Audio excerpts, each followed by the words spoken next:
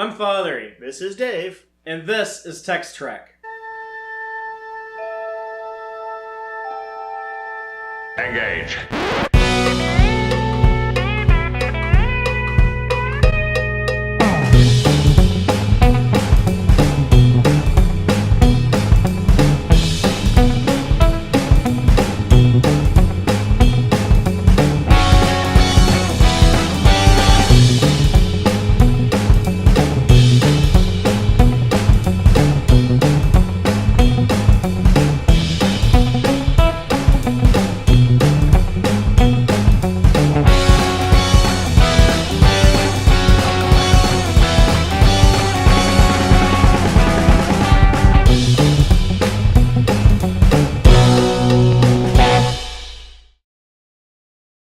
So welcome back aboard the Starship Texas for the 48th installment of the Tex-Trek podcast. We're going to be talking about a Star Trek comic book, Star Trek The Next Generation, Through the Mirror. The sequel to the Mirror Universe story that we really liked, called Star Trek: The Next Generation, Mirror Broken. That premiered the Picard and the TNG crew in their mirror form. Yeah, and it was a really popular comic book that... well received, it spawned a sequel. Yeah, IDW felt the need to put out a sequel, so we had this miniseries, Through the Mirror, which is also written by Scott and David Tipton, with art by J.K. Woodward, as well as a host of other artists. Yep. You were saying, like, this is... The first one was so successful, it seems like they wanted to move quickly on it. And so the second miniseries, which brings, essentially, the first one was all the Mirror Universe people, and now they come into contact with their Prime counterpart, so we can finally see Mirror Picard and Prime Picard butting heads, going toe-to-toe. But because they moved on it so quickly, each issue had a different artist in this one, so they could allow them to do it on a weekly, somewhat unheard of weekly schedule. Yeah, it was released weekly, so they had a different artist each... It's kind of weird how they structured this, because they had an A story had a different artist every week for 5 issues. Then they had a B story in the backups that had art by J.K. Woodward. Right, original guy. The artist from the first miniseries, Through the Mirror. Or, I'm sorry, Mirror Broken. And that story is actually set before the rest of Through the Mirror. It's kind of set between Mirror Broken and Through the Mirror. Right.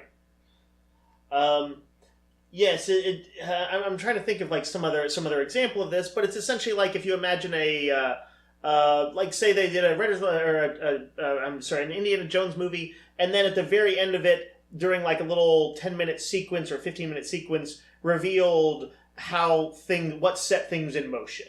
It's kind of a little. It is a little prequel that was spread out originally, but now for collected format in this graphic novel, which I'm holding up here, they just put them all together in the end. Yeah, so it's kind of weird, because it chronologically takes place at the beginning of the story, but when they put everything together for the trade, they put all those pages in the back.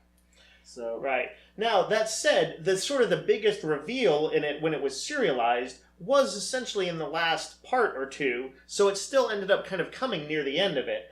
And that's why I get why they threw it in the end. And also because I do feel like J.K. Woodward's painted art kind of is a little bit head and shoulders above some of the other guys, even though I like a number of them pretty well.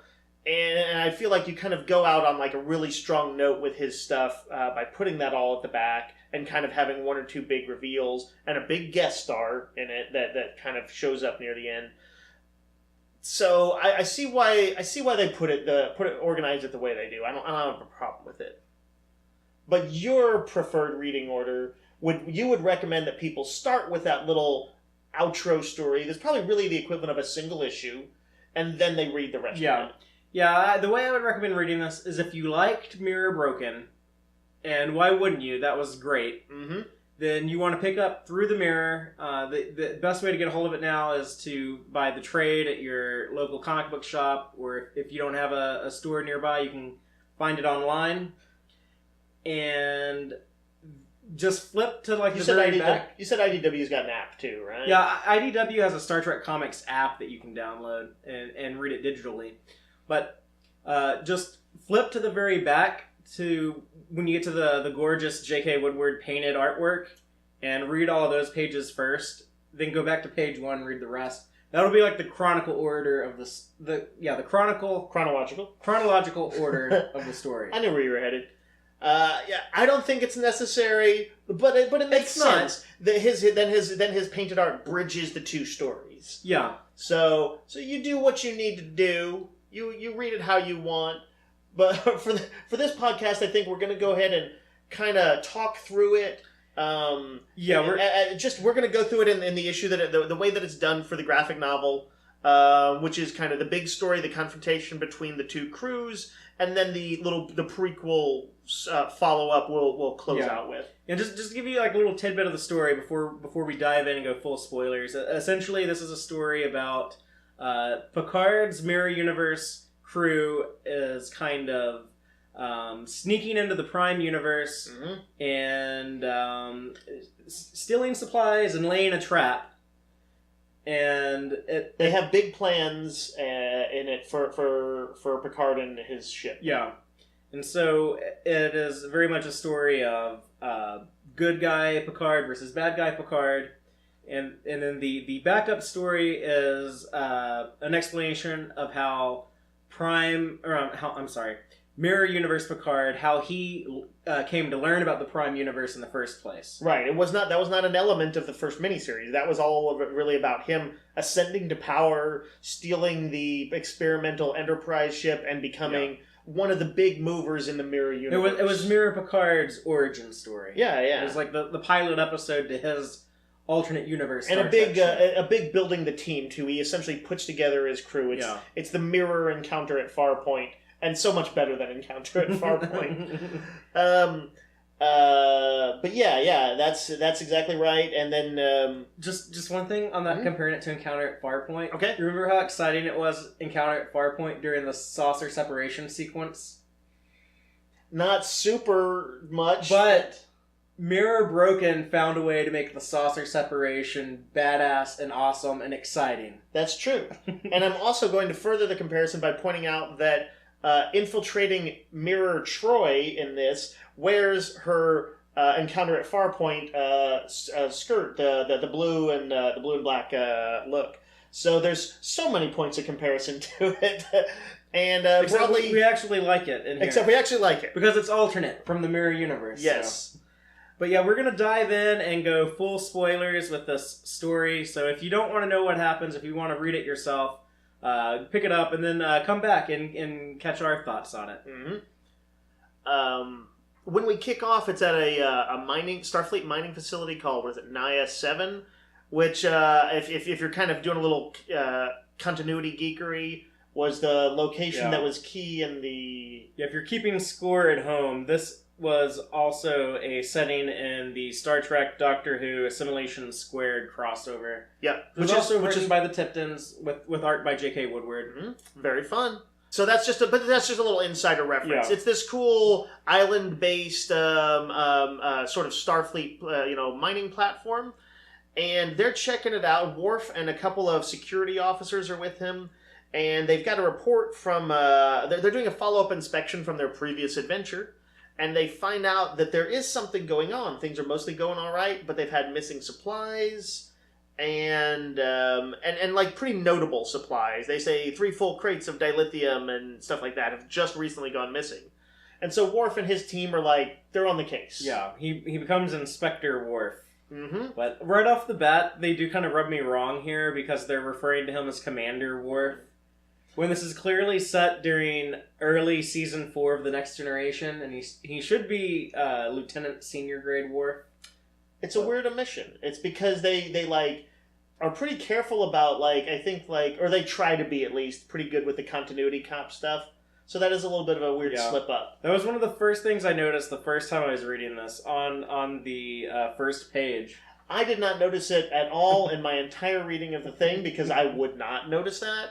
I should say, even though Fatheree is starting out on this sour note, but I do like this is all going to be a big recommendation. Yeah, because it's a kind of a cool action investigation thing where they don't turn up anything initially, but Worf spots a guy who's walking around there who he's sure is like an Enterprise crew member, but he's like, I don't remember that Enterprise crew member sporting a goatee. Yeah, they're basically on the Starfleet facility with a lot of Starfleet people walking around, and Worf does notice, yeah, this guy looks just like Lieutenant Jones on the Enterprise, except why is he here on this mining facility, and why does he have a goatee all of a sudden? And when he goes to take this up with the guy, and phaser fire ensues. Yeah, and the action is pretty brilliantly illustrated here. The art is by Marcus Toe, I believe is his name. This is my second favorite art, I think, after why can't I suddenly say it? J.K. Woodward's art. I think my second favorite artist, the dude who did this, is Marcus Toe from the first issue. And he does, aside from like just kind of a good general Star Trek vibe to it, he's got kind of this almost like a little bit of superhero energy vibing through his art. So when the phasers start firing and people are leaping around, it's pretty cool. There's the coloring I thought was actually really good in this too. Yeah, the coloring's good in all these issues, but there is a chase sequence. They are pursuing this guy, and they go through a pretty cool-looking, colorful garden that has exotic alien plants, and it's an environment you're more likely to see in a Star Trek comic than on a Star Trek show, because you can do cooler, expensive-looking stuff in a comic. Yep.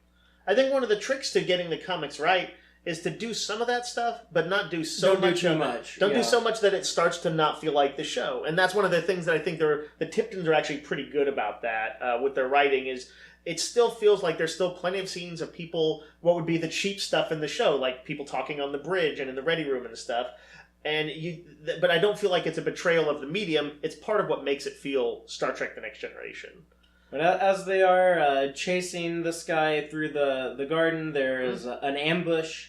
Two people in Starfleet uniforms open fire and shoot down one of Worf's security personnel. So they all duck to take cover, and the two ambushers and the Lieutenant Jones lookalike make their way into a transporter room.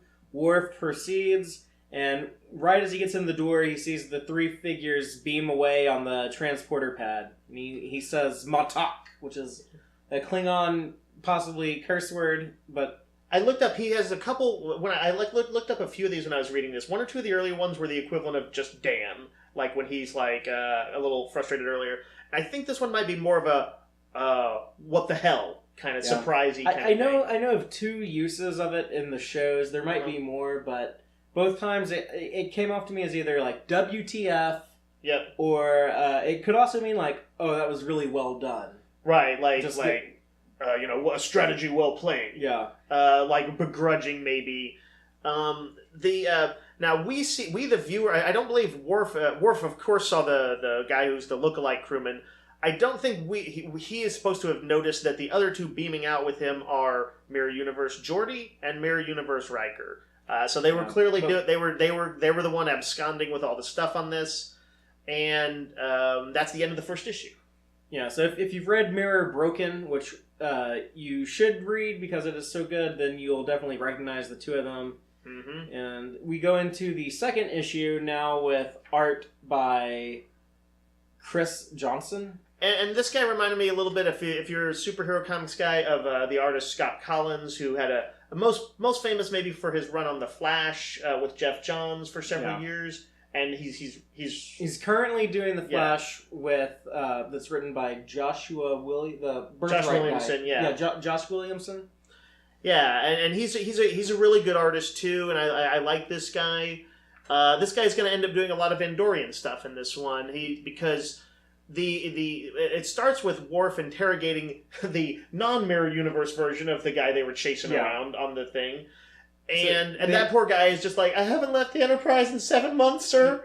Yeah, they're basically asking the real Lieutenant Jones on the Enterprise, what were you doing running around that mining facility with a beard? Yeah. And he's like, I don't know what you're talking about. That wasn't me. And the ship's records generally clear him. Yeah.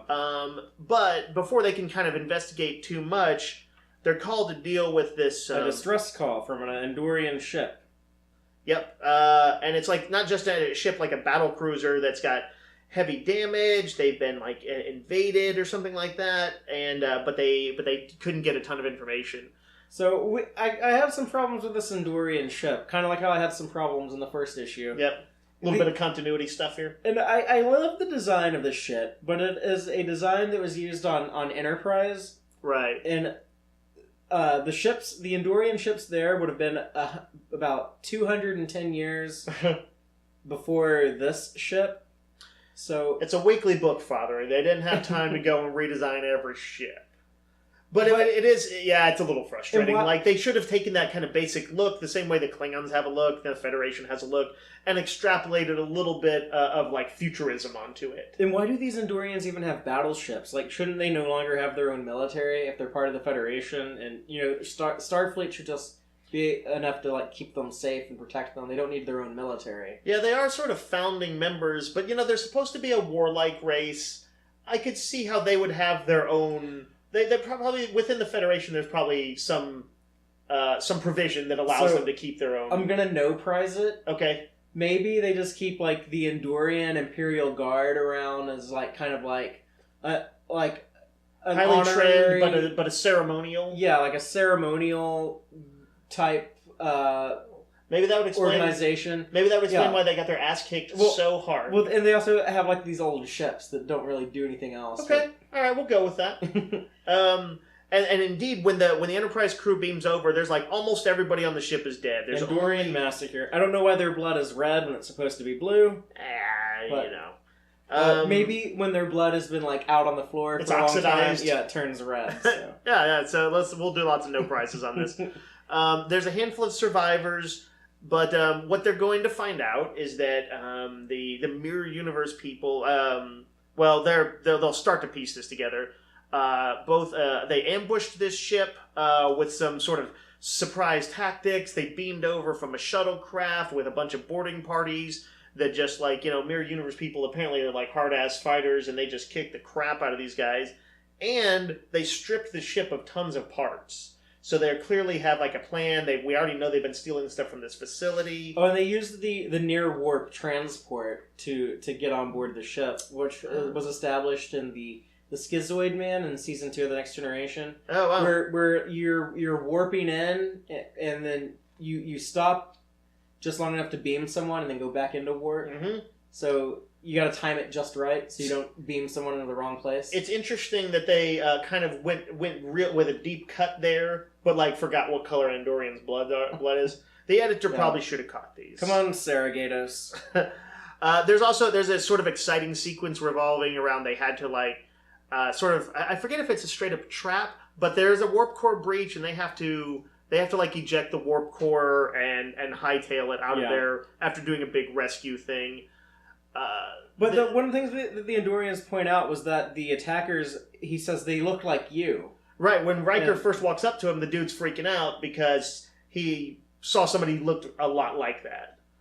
And the big revelation for the Enterprise crew, the Prime crew, is that they look at some of the video records on the ship, and you see Riker and Picard in the end straight up seeing their Mirror Universe selves. Carrying shit they just jacked it. They're looting the Andorian ship after they had massacred it. So that's issue 2.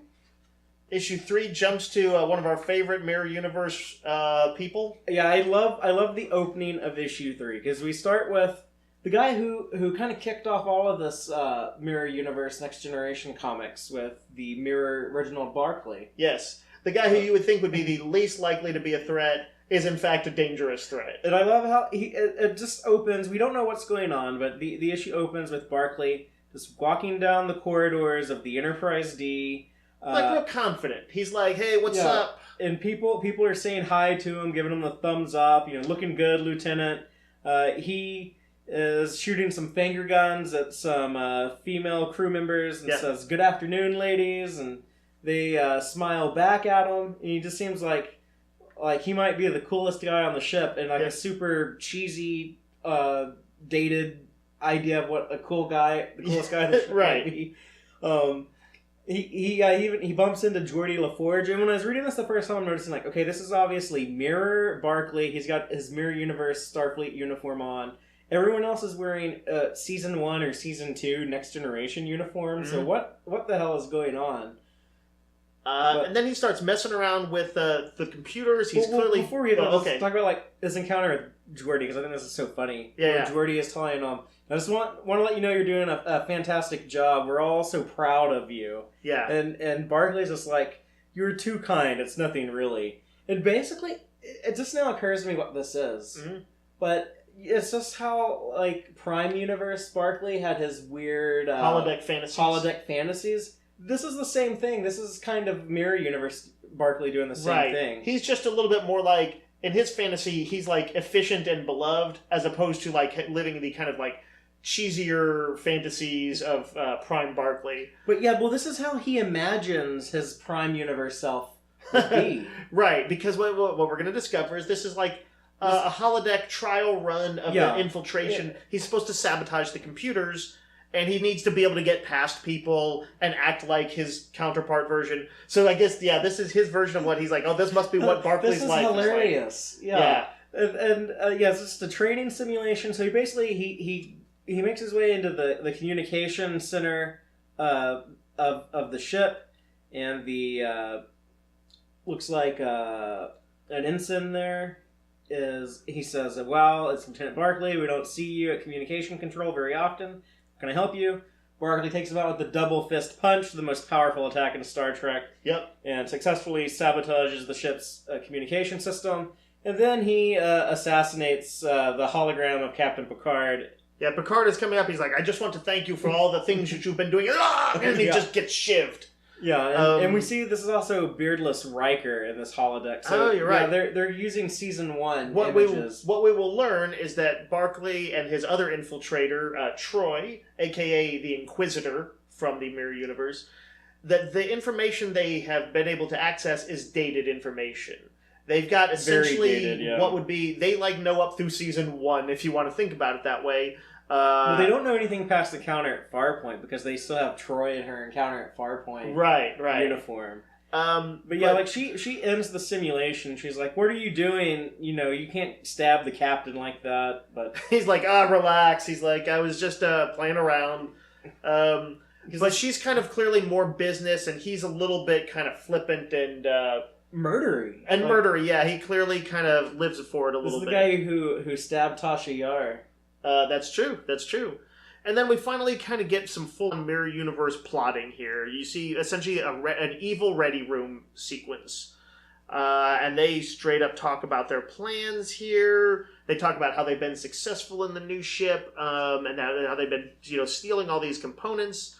There's some sort of bigger history stuff. They're talking about how all the things that they've been stealing have been essentially funding the Terran Empire and holding off the Klingon-Cardassian alliance. So they're making names for themselves, but they've, the big thing, the big ultimate heist is yet to come. And that's what they're planning. And I do want to point out that the art here is by Josh Hood. Uh-huh. And I really love the emotions on people's faces here, especially just watching Inquisitor Troy and Mirror Universe Barclay. Yeah. And their behavior and their reactions to things. Mm-hmm. But the way he draws Picard, Mirror Universe Picard's goatee kind of freaks me out a little bit. He looks a little too distinguished, do you think? The mustache looks like too much. He's a good artist, though. He's got kind of a clean line. No, he is good. He reminds me a little. His facial expressions remind me a little of that from the artist Kevin Maguire. Yeah, I definitely see that. And there's a little bit of, in the cleaner artwork, it also reminds me a little bit of a slightly more realistic Mike Allred.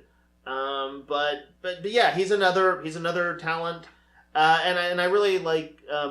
He gets to show the infiltration of Troy and Barclay in the pages to come. Yeah. And it's fun to see. Troy goes all femme fatale. She's bossing Barclay around. She's saying look, don't make eye contact with anyone. Get in, get out. Don't talk to anyone. Don't mess this up. Yeah, it's really smart. She's like, you don't know. You might run into somebody in the Mirror Universe, but there's no saying the Barclay of the other universe knows that person. So he's like, don't even mess with it. Just head down, do the job. Yeah. And, like, that's a pretty good way to approach it. Like, you know, it's as smart as you can be if you're just going to walk into a mirror version of yourself. Yeah, and the last thing she says is, don't even make eye contact with anyone. And then immediately after that, she breaks her own advice. After they split up to both go do their own parts of the mission. She is immediately spotted by Riker. And has to kind of... you know how in the original episode... was it... Wait... Why can't I suddenly say the name of the TOS episode? Mirror Mirror. Oh. In that one, you know how the evil counterparts that you don't really ever see much of them, but that went over to the Prime universe, they got busted quick because they couldn't hide their barbaric tendencies. Well, she also, like, after all her warning, when she runs into Riker, as soon as he starts asking her, like, oh, why are you wearing the old uniform? What's up? She, like, falls back on her kind of evil, femme fatale ways and tries to seduce him. Yeah. And I can't tell if it works or not, because, you know, Riker is concerned. He's like, you know, this seems odd. Are you sure you're okay? I don't think it worked. Well, he does say, like, let's meet later and talk, and he might have been like, let's have a booty call. So I'm not sure, like, if he was concerned or if he was like... The very last panel, and he says, I'll find you after my briefing... You could read that as a slight smile on his face, or just kind of the way his face naturally falls, and just kind of a serious face. Yeah, I'm gonna assume he was both concerned, but also a little intrigued. Yeah, he's like, "Hey, if you're up for some weird role play of playing, addressing as you used to, I'm in for it." That's such a weird kink. Like, why don't you dress up to exactly how you used to dress 3 years ago? Dress like dead Tasha Yar. I don't know. I feel like he's up for it. He thinks that she's up for doing some weird kink, and he's maybe like maybe, but he's also looking out for her. He's not all horn dog about it. But yeah, he does get a call from Geordi that Data and him are waiting to begin their briefing. So Riker does get off of Troy's case, and she can go on to her secret infiltration. Meanwhile, Barclay is on board the turbolift. Yeah, and he's wearing the season 1 uniform. So a couple of dudes start giving him shit for it. Yeah, and he finds out that they call him Broccoli, and he drops the beat down. Yeah. He pins one of the guys and kind of scares off the other dude, and then shortly thereafter, not in a simulation this time, gives someone the double fist punch. And he does his infiltration stuff. Yeah, he did his job correctly. Yeah, he actually, for all that Troy is kind of scarier than him overtly and seems to for sure have more power, he is probably the more effective of the two in this sequence.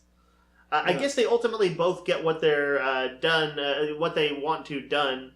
And meanwhile, the Enterprise is ordered to a big ol' an array? Yeah. Well, Troy hasn't done her thing yet. Right. I'm just saying she'll get around to it. Yeah, so what we can gather happens here is that when Barclay is messing with their communication controls, he is able to insert a fake video message from Admiral Paris, who, if you watch Star Trek Voyager, you would know is Tom Paris's dad. Mm-hmm. Who would be a high-ranking admiral in Starfleet, and he gives Picard orders to take the Enterprise to investigate the Mortarellus array, something like that. They call it a big, super important listening post, and the admiral is telling him that there's been a blackout of it. They think it could be a prelude to attack. You go there right now and find out what's up. I didn't think it was interesting. There's a little bit of Deus Ex Machina near the end. Things kind of right themselves a little bit for the good guys kind of a couple issues from now. But you can note the setup for it here, because it's a small thing, but Picard is like... Picard ain't no fool. He says, see what you can do about confirming that order, and he's like, just call these guys to the bridge. But he says, yeah, make for the array, confirm that order for me, would you? And that's the last you hear of that. But... we can presume that he started to see something a little bit fishy and was already behind the scenes maybe investigating. Alright, so we cut to next issue. Yeah, where they're arriving at the array. Yep. And, let's see. They were able to like Wes says he was able to confirm the orders, but the Ray's jamming all subspace communications, and there's some other weirdness going on with it. But I think they're about to they want to get Troy's help, and in a scene I really liked, Riker does the classic thing we've seen him do a million times on Next Generation. He's like, "Computer, please locate Counselor Troy," and they're like, "Counselor Troy is in her quarters. Counselor Troy is adjacent to access panel J9 in engineering." So he gets 2 answers, and he like asks for confirmation. The computer confirms. Data, real smart, is immediately like, he's like, one of those places is a conspicuous place for her to be. Let's go there now, and they take off for it. And I was like, that's a cool, energetic sequence. And meanwhile, we see kind of her doing, kind of through the command she pulls up on screen. We see what nastiness she's up to. It's a simulation of an antimatter radiation leak, something to scare everybody off the ship. You see that she's essentially hacked it so that the fact that it's a drill that she's running can't be detected. It'll look, for all intents and purposes, like it's the real deal. Yeah, so she meets back up with Barclay, and they're ready to beam back. Yeah, they beam up to hook up with the rest of their people who are on the array already. Oh, and Barclay is pissed because he found out... Yeah, because he thought that, I must be so cool in this universe, and he found out, like, he's a buffoon. Yeah, he's clearly, like, almost in a murderous rage. He's talking about coming back to settle the score, which is a kind of neat setup, because that will play into the very end of this. Yeah, he tells her, like, they call me Broccoli here. Yeah. And it's funny because she's like, that's cute. Yeah. She's clearly egging him on. Their departure, by the way, is clearly witnessed by Riker. So, again, they... Yeah, if you're paying attention, you'll see that the Starfleet... The good guys are not completely in the dark about what's going on here. The real Starfleet, the Prime Universe people... know what's going on. At this point, we get kind of the full plan is sort of revealed to us. Yeah, the bad guy's evil monologue. Yeah. Picard talks to him. He's like, "Good job, you guys did a great job. It's all about to be ours. We're gonna scare them off of their own ship with this radiation leak. We're gonna beam aboard, take it. We've set up the array so that it can do. Like Geordi, you've been working on this for months." We're going to beam their entire ship back to the mirror universe, and now we've got a second super badass warship. And he's like, and that's just the start. He actually has this panel that has like, where he's like, each one of us could be commanding our own enterprise, from alternate universes. Yeah. So basically, there's supplies. They were so desperate for supplies in their mirror universe because of the Terran Empire's disadvantaged situation with the Cardassian and Klingon alliance. Mm-hmm. And if you read Mirror Broken, you know all about. So they've been coming into the Prime universe, raiding Starfleet mining facilities and Endurian ships and the like, and now they're about to capture an entire Galaxy-class ship, and they plan to do this on not just the Prime universe, but many parallel universes. The ship has arrived, it's soon going to be evacuated, and... we're kind of coming up on the end game here, which I think we both agree had some weaknesses, but it still has a lot of fun bits in it, too. Essentially, they're waiting for it to happen. They're like, well, they should have evacuated by now. Any minute now. And then it keeps on not happening.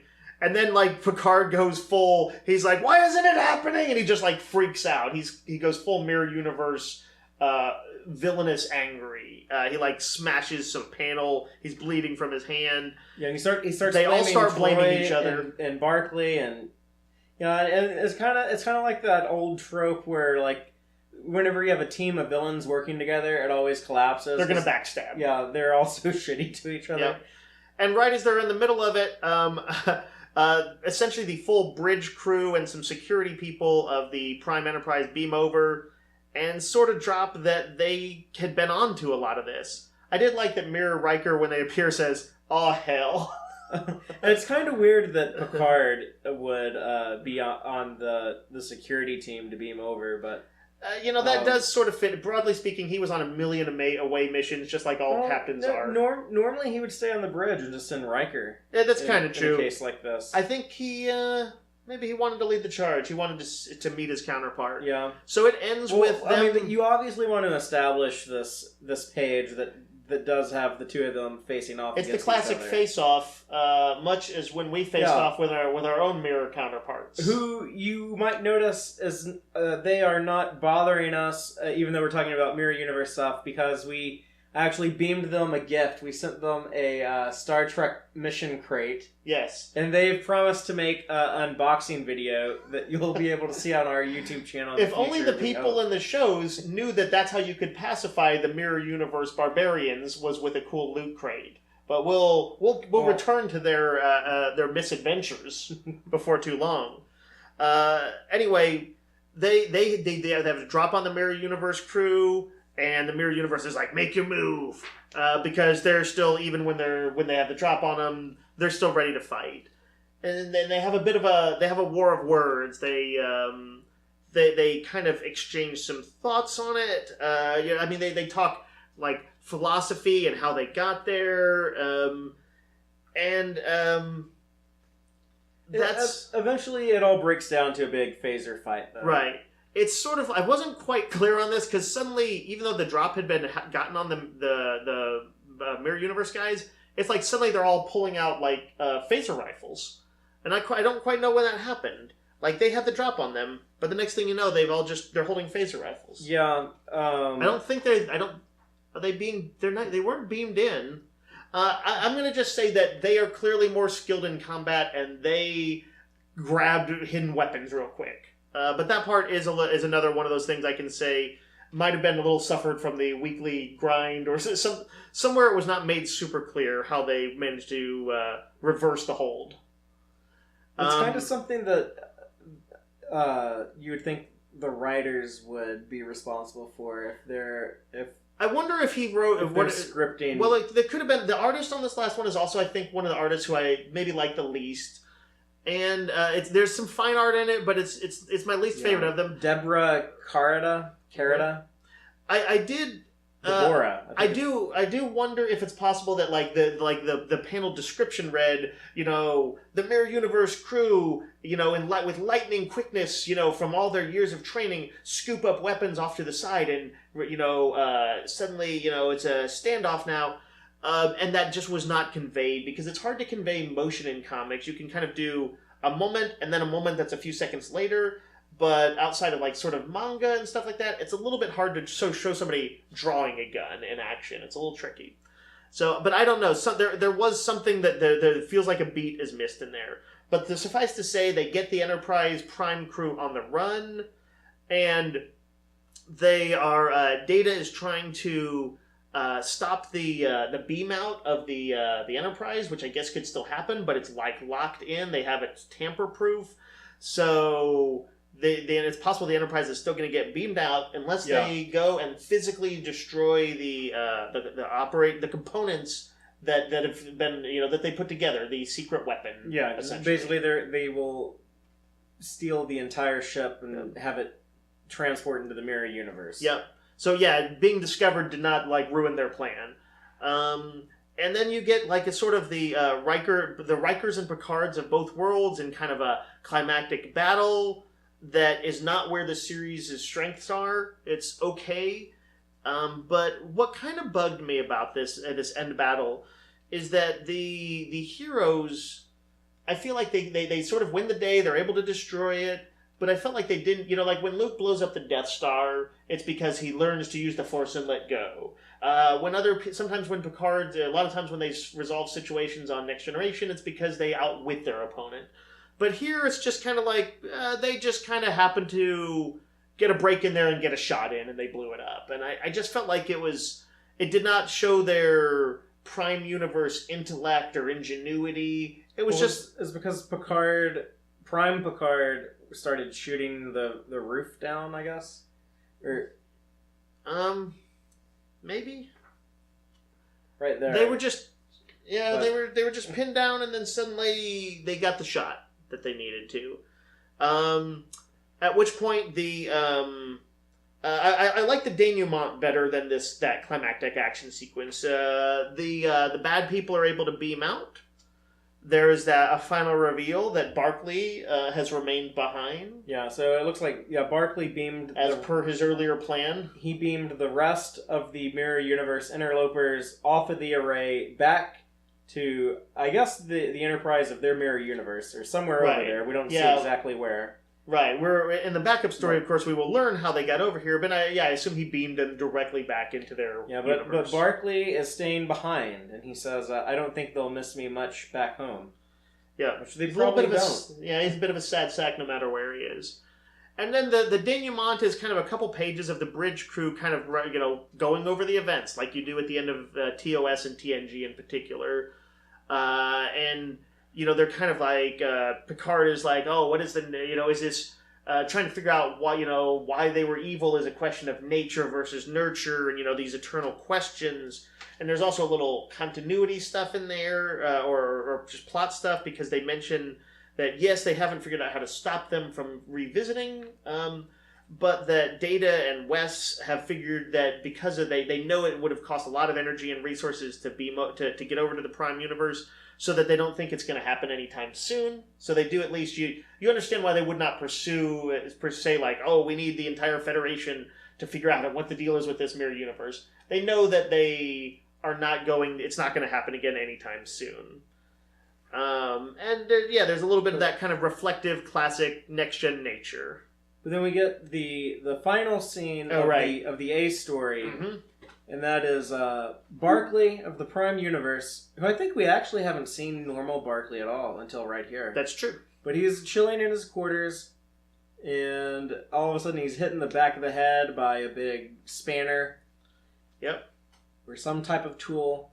And we see Mirror Barclay tying him down, taking him prisoner. Going through his closet and saying, he's like, I'm going to get the uniform right this time. In kind of classic villainous way, he's looking in the mirror at himself in the new uniform, and he's like, Lieutenant Reginald Barclay, now under new management. And then he's like evil laughter. Yeah, like he's the Joker or something. Yes. Right, he's laughing at the struggling regular universe Barclay. And that's essentially the end of the main storyline. Yeah, which would be an excellent place to end things and then go into the miniseries Terra Incognita, which does pick up with Mirror... The infiltration of Barclay. Yeah. But because we're going through this in the wrong order, we're going to now jump away from that back to what happened before all of this. Right. To the J.K. Woodward little prequel story about how the Mirror Universe peeps got to the Prime Universe. Yeah, which I think we can agree, for both of us, this was the highlight of this miniseries. Mm-hmm. In large part because of the artwork. But also, there is some satisfaction to, after seeing the A story, being like, well, how did the Mirror Picard and his crew, how did they learn about the Prime Universe? And we're about to see there's something big is revealed in that that is a sort of I guess it's in a way a retcon to the Mirror Universe based on sort of something we knew from the Deep Space Nine was the first time the Mirror Universe had been touched since TOS, and you kind of find out something that was... on the shows. There had been... The Diane Duane novel had come out before then. But... Right, well, whatever. Nobody counts that. But they reveal a sort of a big thing about... That was a bit of misinformation, essentially. And it makes complete sense. But let's start out with where this story begins, which is the torture of a Bolian. Yeah, months earlier, in an alternate universe away, we begin with the... Well, he's not a Bolian. Oh, is he not? He's... Didn't we decide he was the Big Ear from Star Trek 3? No, that's the guy they talked to later. Oh, okay. So, this is a Bolian. He's got, the split in his face. So, there's a Bolian in the interrogation He's a smuggler that they've caught, and I think... Because if you don't remember, the Terrans in the Mirror Universe, they are incredibly xenophobic. Right. Not as much in this Picard era as they are in Star Trek Discovery or on Star Trek Enterprise. Mm-hmm. But they still tend to think less of alien life, mm-hmm. And they're torturing this poor bastard. They basically he was smuggling stuff that seemed beyond what he should have. Yeah, the confession he gives as to who he's working for is he says that he's working for Emperor Spock, which that's a big bombshell. Right. Everybody believes Spock is dead. at this point. Yeah, and we know from Mirror Mirror in the original series and from what was established in Deep Space Nine that Spock basically takes over the Mirror Universe. Institutes reforms, but ultimately this was Deep Space Nine's a special, I think, reveal. Yeah. Or takes over the Terran Empire, I should say, not the entire Mirror Universe. So he takes over the Terran Empire, institutes reforms, makes them more democratic and civilized. The Terran Empire falls apart, and then the Cardassian Klingon alliance rises and becomes the major power in the Alpha Quadrant. There's a little bit of a sense that he made it too soft, and that made it right for the taking when the Klingons and Cardassians rolled in. At least that's how Inquisitor Kira described it. Right. I love this art where so what happens is Data is placed on the case by Picard to investigate this, and Picard doesn't. I kind of liked. He's like, I don't like losing you as a resource, but it seems like this is important enough that he's willing to send Data off on this mission. And Data's going through these files, and you see. Let's see. That's the young Spock. That's pulled up there. That looks like it's based on the animated series one, right? Yeah, and they put the Mirror Universe beard on Sarek, which is cool. Oh, I didn't notice. That is cool. It is possibly a nod to Star Trek Discovery. I don't know if this was painted before Star Trek Discovery, but because Mirror Universe Sarek has a goatee in Star Trek Discovery. Right. Had you noticed it's more the Mark Leonard version, not James Frayne, but... yeah, right. I just noticed, I forgot if this showed up in the previous one. Had we seen Data's cat before? What, I assume this is the Mirror Universe version of Spot, but right. I don't think we saw him or her, the gender of the beast cat is undefined. Well, even in the Next Generation, the normal Spot, sometimes he's referred to as a he and sometimes a she. So. That's funny. But yeah, this version of the cat appears to be the Lamacha, I think is how you say it. The Vulcan native creature that we believe is the one that killed Spock's Selah, right? Yeah, they killed Ichea. Yeah. In the animated series episode Yesteryear. Yeah. A heartbreaker. So, but that's a super fun thing. I don't know if that was J.K. Woodward or the writers, but I think that was J.K. Woodward because he likes the deep cuts like that. That is a super great idea.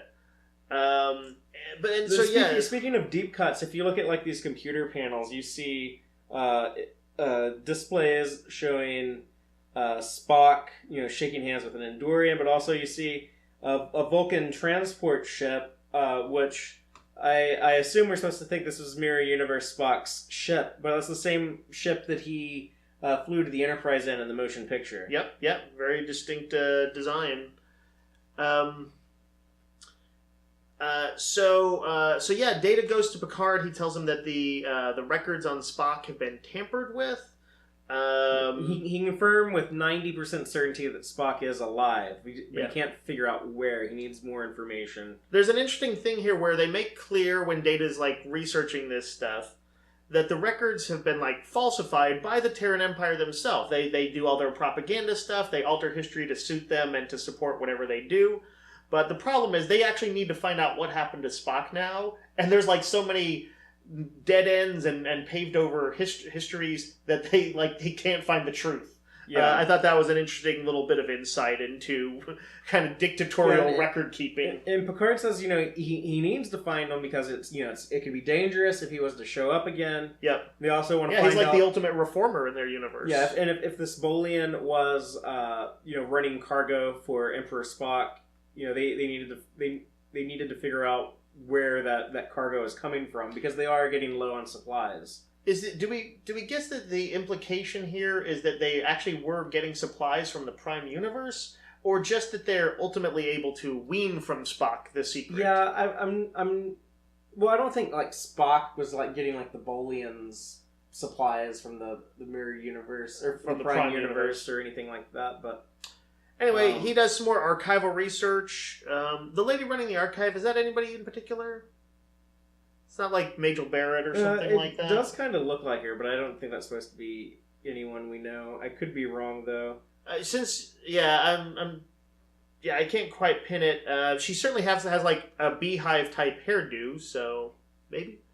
Well, he kind of continues tracking down unofficial sources The first of which we see Binars. It's a montage. Like if you've ever seen like a superhero shaking down people for information, or a cop doing it in a movie. You know what the first thing it reminded me of? But I hate this because it's one of the worst movies I've ever seen. Okay. But in Attack of the Clones, when Anakin is riding around the desert looking for his mother, and he's like talking to like the Jawas. You see people pointing this way and talking. All right, but that's a trope. That's out of cop movies. I know that's just like the first thing that like came to mind. Why would you do it? But yeah, some cool John Williams music playing over it though. That can almost trick you into thinking it doesn't suck. And this is cool because one of the guys, the next person that Data goes to, is that dude from Star Trek 3 that McCoy tried to get to take him to the Genesis planet in a bar, like a smuggler dude. And he was like, where he was like, money I got, ship you got, that guy.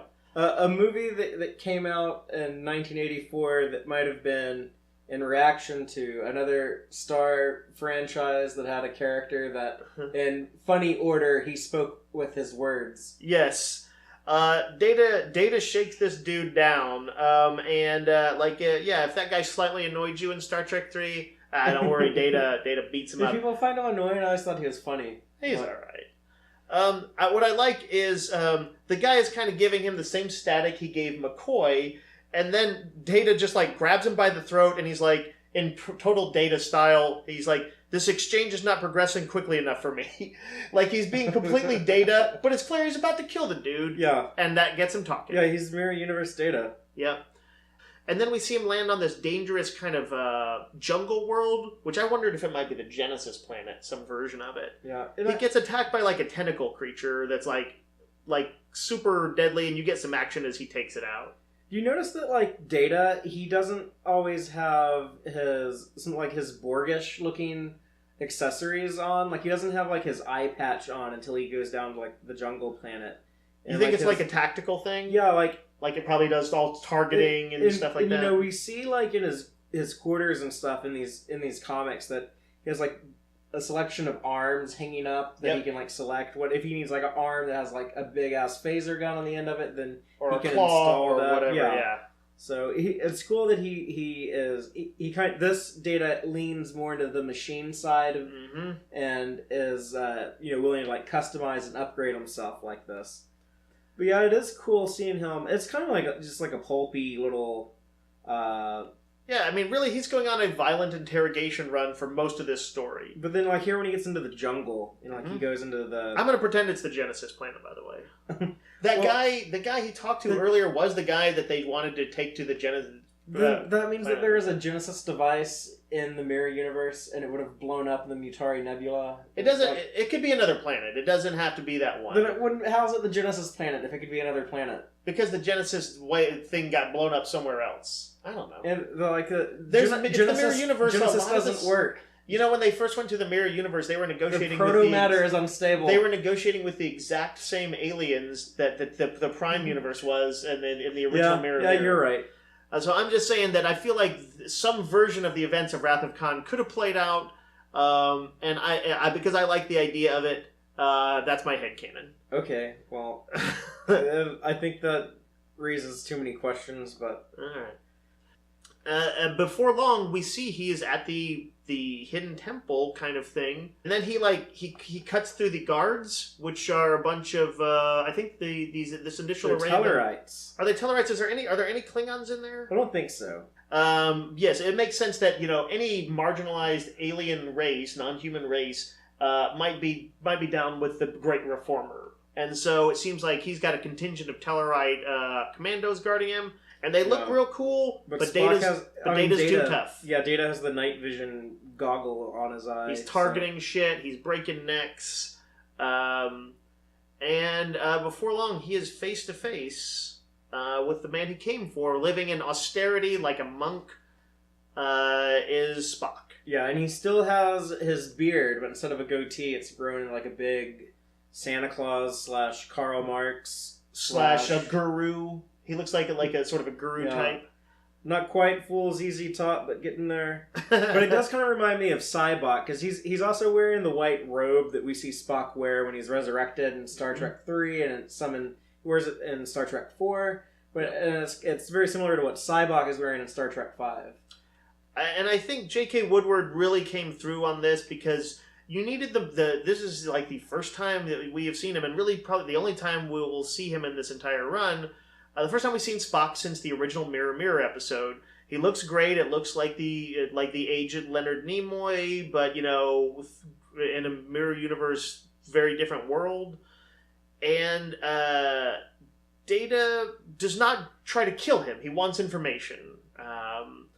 But Spock is canny and kind of gets into a talk with him, which is most of the rest of the, like the last issue or two, or last chapter or two of this story. And what he says defies something of what we know on Deep Space Nine. Data outright tells him why he came there, and Spock goes on to say that he's going to disappoint that Data's captain because he doesn't have any. He just lives here in retirement of sorts with his guards. And so here's what he says that's a big reveal for about the Mirror Universe, and that I really like, and I'm going to take as canon even if it's not on the movies or on the shows yet. He says that far from being the failure that was described by Mirror Kira in Deep Space Nine, that his reforms were largely successful. He does it say, at least from my point of view, and from the point of view of others of like minds.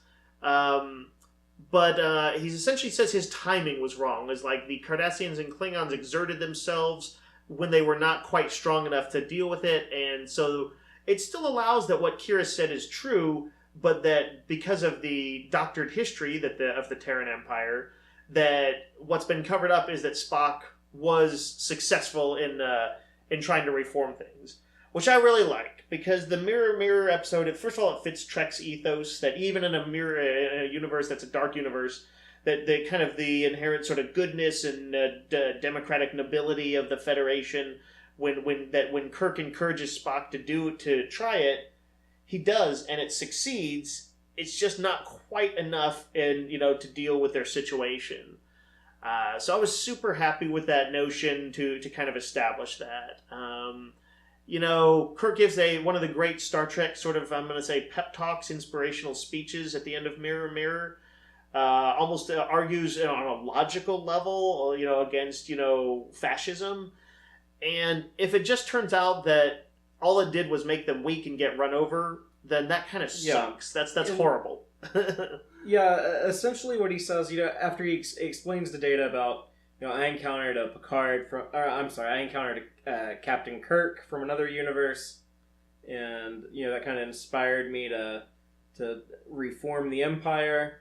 One of the things that happened is he says, for a while I succeeded beyond even my best expectations. Conquest of the galaxy under my rule as Emperor seemed possible, but when the Cardassians and the Klingons went to war against us, and then my internal enemies joined forces against me, I knew my days as Emperor were numbered. So, yeah, a big part of it was that the people in the Empire who didn't like him, they turned against him when the Klingons and Cardassians were at the gates. And he mentions that the Empire needed a scapegoat, and so he made a convenient one. Right, that became the history, was that he had always been a failure, or his reforms set them up for failure.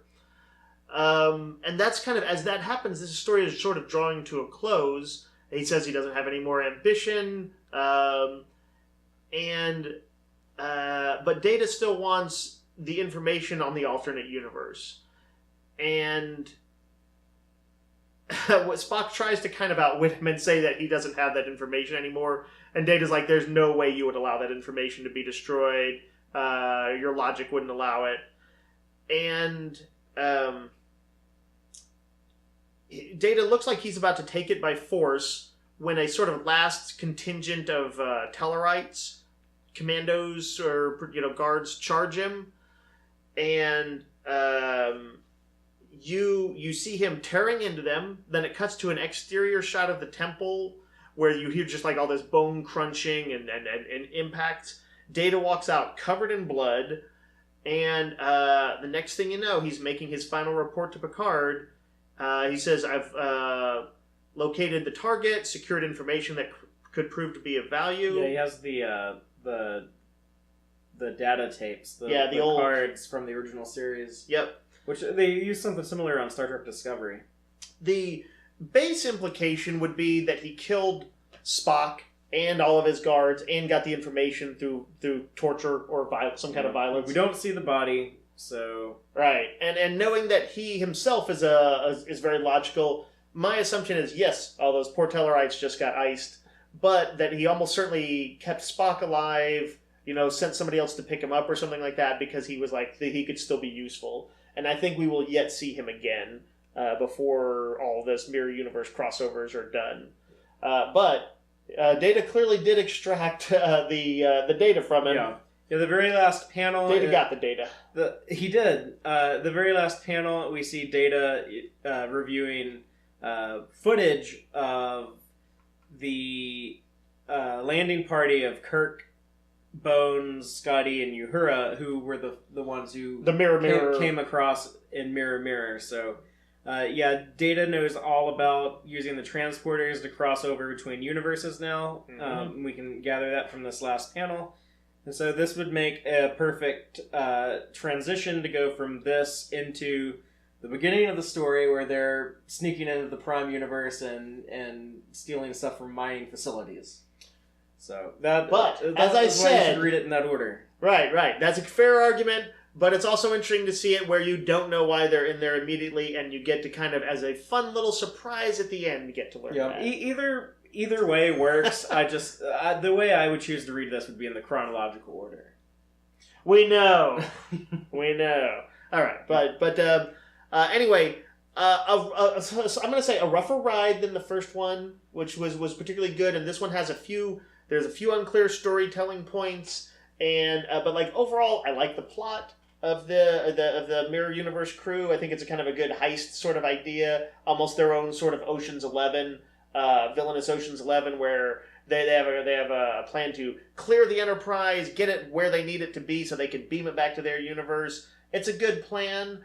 The way it gets broken up is a little bit kind of almost Deus Ex Machina. It's like the heroes are just like, we were on to you all along, and then suddenly there's a lot of shooting going on and it's resolved. And that was a little disappointing, but the getting there was great.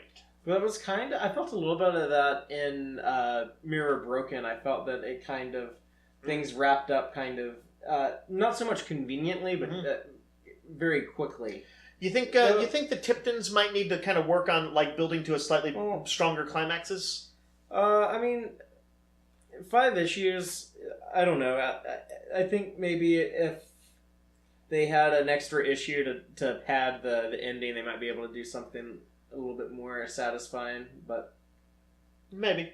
I'm going to say that is something that I feel like they should work on. Is a slightly the resolutions that are a little bit more dramatically satisfying. But yeah, I overall enjoyed this. I agree with you, not as much as Mirror Broken. And my favorite part, though, being the backup pages with J.K. Woodward art. I really like staying in this Mirror universe with the alternate versions of Picard and his crew. And I want to see more of that. And I don't know if they do more with these people. I don't know if because they've already interacted with the Prime universe. I don't know if it's going to be from now on just crossover type stuff. And I kind of wish we would have spent more time there before they, I don't want to say jumped the shark, but they went ahead and it kind of feels like they rushed into a confrontation between Mirror Picard and Prime Picard. I would have liked if they just maybe couldn't resist it. Yeah, I would have liked if they just kind of postponed that for a little bit and spent more time. Oh, it's like in Marvel Comics, how Joe Quesada said a long time ago that, I'll never have the main universe 616 Spider-Man and the ultimate universe Spider-Man meet each other. Mm-hmm. But then, eventually they did when it was Miles Morales and the normal Peter Parker went over there and you think that the long wait was good? Well, and I never read that, so I don't even know if that story was good. But it's there's definitely benefits to them not rushing into that. I suspect that realistically, of course the first one was doing well and was probably in maybe even still finishing when they were, being released, at least when they started working on this. And I think they're because Star Trek books are not mega sellers. They do all right, and this one has done better than most. But I think they were probably like, we may not get another shot at this. Let's get them. Let's meet the crews. Good guy Picard versus bad guy Picard. Well, and it did... So like I see why they would do it. And also, there's a slight counterpoint to you. I actually liked seeing the regular universe, the Prime Universe Enterprise, and I like that they, like, I guess there's a certain amount of, like, spending all the time only with the evil Trek guys. Sometimes it doesn't feel very Star Trek-y to me. So they already did it in Enterprise, and they did it with the first miniseries here. I wanted to see I needed some heroes in there. And I liked seeing the Prime Universe guys shown to be very competent and in some ways superior to the other guys. Because they do have that reveal to where Prime Picard even says, we were on to your little trick right from the beginning. Right. Which somewhat fits what we saw in the original Mirror episode, where they make out that the barbaric and tendencies of the Mirror Universe, it was harder for them to hide that in the Prime Universe than it was for Prime Universe people to kind of pretend to be bad guys. Unless your name is Gabriel Lorca. That's but true. Even he had some big red flags. right. I definitely I wouldn't mind spending more time with this crew and sort of essentially seeing. I wouldn't mind seeing some of the adventures that regular Picard crew had and how they would respond to it differently. Probably about half the time they would just be like, just genocide this planet. Yeah, and because we have the crossover, we do have this neat story going on now where Reginald Barclay of the Mirror Universe is still hiding in plain sight on board the Prime Universe Enterprise. Yeah, it's a fun, weird idea that he of all people would be the infiltrator. Yeah, and he's masquerading as the... And it's all because he got butthurt about how they treat his Prime Universe counterpart, and he's like, it's like he's got to prove I could do so much better in this universe. Yeah, it's a little bit of the superior Spider-Man storyline to take it back to comics one more time. Yeah. But instead of X-Men, we're talking about Spider-Man a lot. Yeah. Well, there's a video game. He needs some press. I think what I would broadly say is, yes, there's some things I would have tweaked that I might have preferred how they roll this out, or how some little things that they could have done to make it better.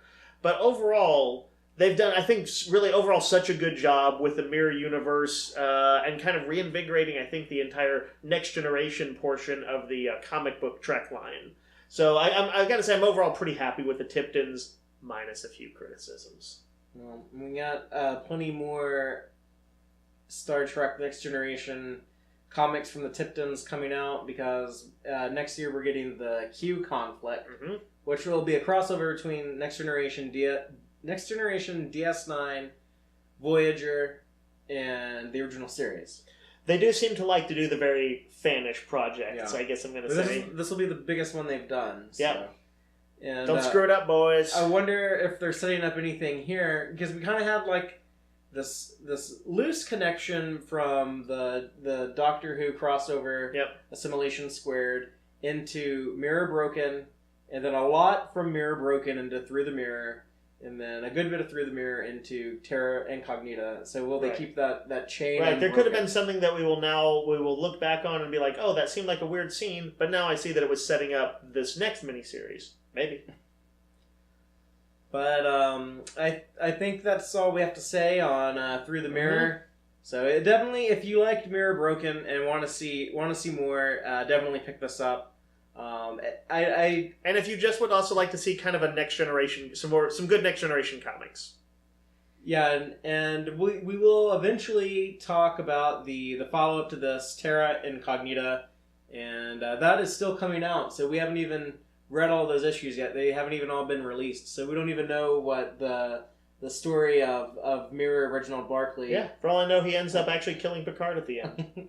Maybe he kills Picard and then has plastic surgery to look like Picard. And little do you know that every episode of the Next Generation after that point in time is actually Barclay. Yeah, so this new Picard show on CBS All Access is actually going to be Mirror Barclay. And they're going to eventually have him undo the plastic surgery, and the actor Dwight Schultz? Yeah, Dwight Schultz. Will return to stardom again. Surprise!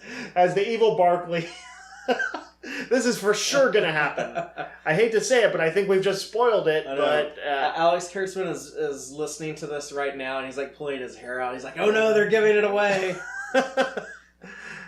All right, but I think we're going to call it there. Yeah, but I think we will have more Star Trek comics next time. I think it's time for us to get into some of these Star Trek Discovery comics. We have a second season of Star Trek Discovery coming up, and there's been several different IDW comics released over the last year that deal with some of the Discovery characters, including T'Kuvma, what he was up to before Star Trek Discovery, and also their mirror universe and what happens in the aftermath of Season 1 of Discovery. Yeah. So some big changes happen there, so some big things have to happen there. So be sure to stay tuned, and we'll be covering all of those for you in the near future. Remember, we have new podcasts available on the first and third Sunday of every month. Until we get to January, when we'll start covering Star Trek Discovery on a weekly basis. So we'll have new Star Trek on TV to talk about pretty soon. That's so weird to be. I still haven't gotten used to this era of having new Star Trek on TV to always be looking forward to. It's exciting. Yeah, because for so long we didn't have anything. Yeah, I like this ship. It's exciting. We'll leave on that note with a bad Scotty impression. I thought it was okay, but yeah. So until next time, live long and prosper, y'all. Thank all of you so much for checking out this installment of Tex-Trek. I hope you enjoyed it. Please be sure to like our YouTube videos and subscribe to our channel. Audio-only version of episodes are available at our website, www.tex-trek.com. Please check out our site, especially if you just want an audio-only podcast. We have that available for you. Y'all can also keep up with us online. You can follow us on Twitter, @TXTrek, or you can check us out on Facebook at www.facebook.com/tex-trek. Please, by all means, let us know what you think by dropping a comment anywhere you see fit. We definitely want to hear your feedback. Let us know what you liked and what you would like to see more of, what you would like to see differently going forward. If you want to email me directly, go ahead. I can be reached at fathereeactual@tex-trek.com. Thank all y'all again. Take care.